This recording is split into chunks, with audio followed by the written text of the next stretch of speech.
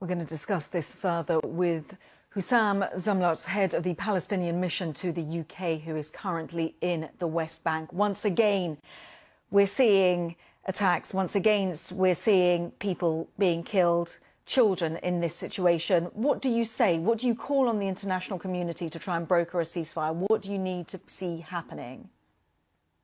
Thank you, Kasha. To start with the BBC reporting, I just heard your reporter talking about Israeli citizens hiding in shelters.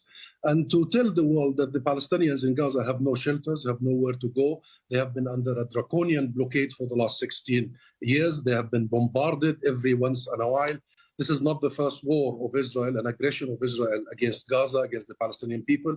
Let me remind everyone that it started here in the West Bank by arresting political leaders, killing, maiming many youth and children here in the West Bank. Then they moved to Gaza. It's a flagrant act of aggression, a war of Israel's choice. It was completely unprovoked under the pretext that they have information that somebody is thinking about something, and then they go and bombard an entire city. You have seen the images of residential compounds. 6 children have been slaughtered yesterday, more than 32 Palestinian civilians. No Israeli have been hurt. And therefore, we start with the reporting.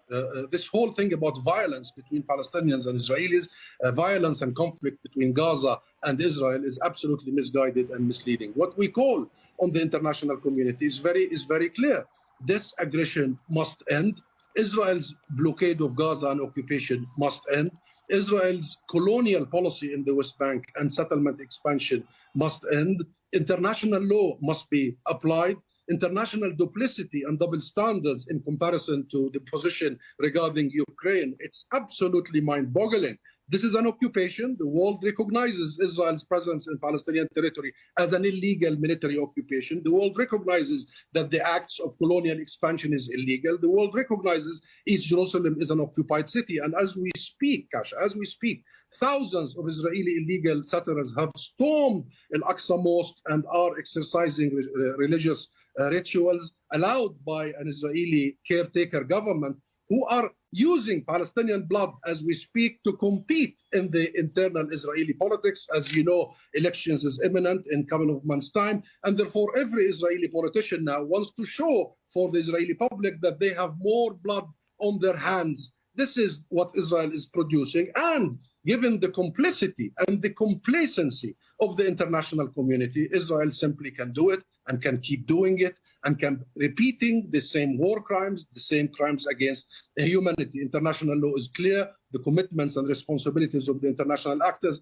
including the UK. When we hear from the United Kingdom Foreign Secretary that Israel has the right to defend itself, and when we hear that terrorism is what is at stake with Israel here, then we know that the UK government is giving a green light to the Israeli government and army to do what you have just reported. When we hear the American side saying that we fully back Israel in everything it does, and when you compare it to the situation in Ukraine and elsewhere, then you know that the international community is absolutely responsible since this whole thing started more than 104 years ago, the Balfour Declaration, the colonial legacy of Britain. Then you know that Israel is doing all that because it knows that it has impunity. I'm going to just interrupt because, yes, I appreciate the background, the history to which you're speaking about. But when we talk about, when Israel is talking about these threats that it is concerned about from Islamic Jihad, it is talking about targeting tunnels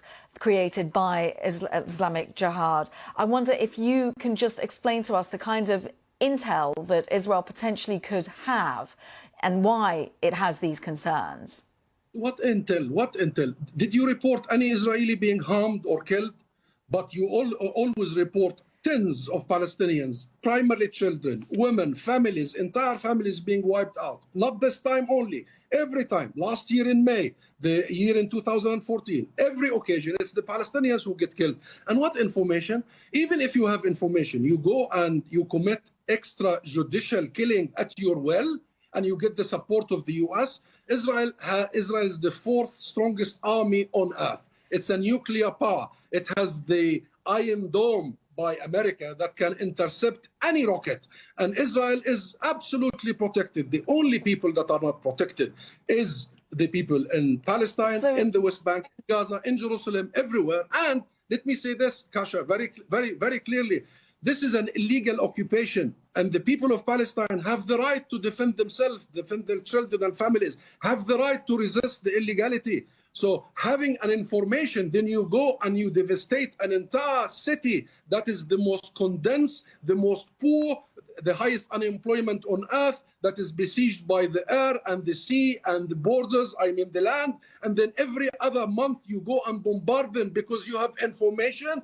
This is not international law. This is absolutely the rule of the jungle. This is thuggery. Israel is becoming the thug of the world, and it is allowed to be a thug of the world because of the blind, blatant support of the international actors, including the United States and the UK, primarily the United States. When I see, Kasha, when I see the statement of the Foreign Secretary, Liz Truss, yesterday, condemning the Palestinian violence and not having the guts to only condemn the violence against us, the babies, the children, then I know where to point the blame to.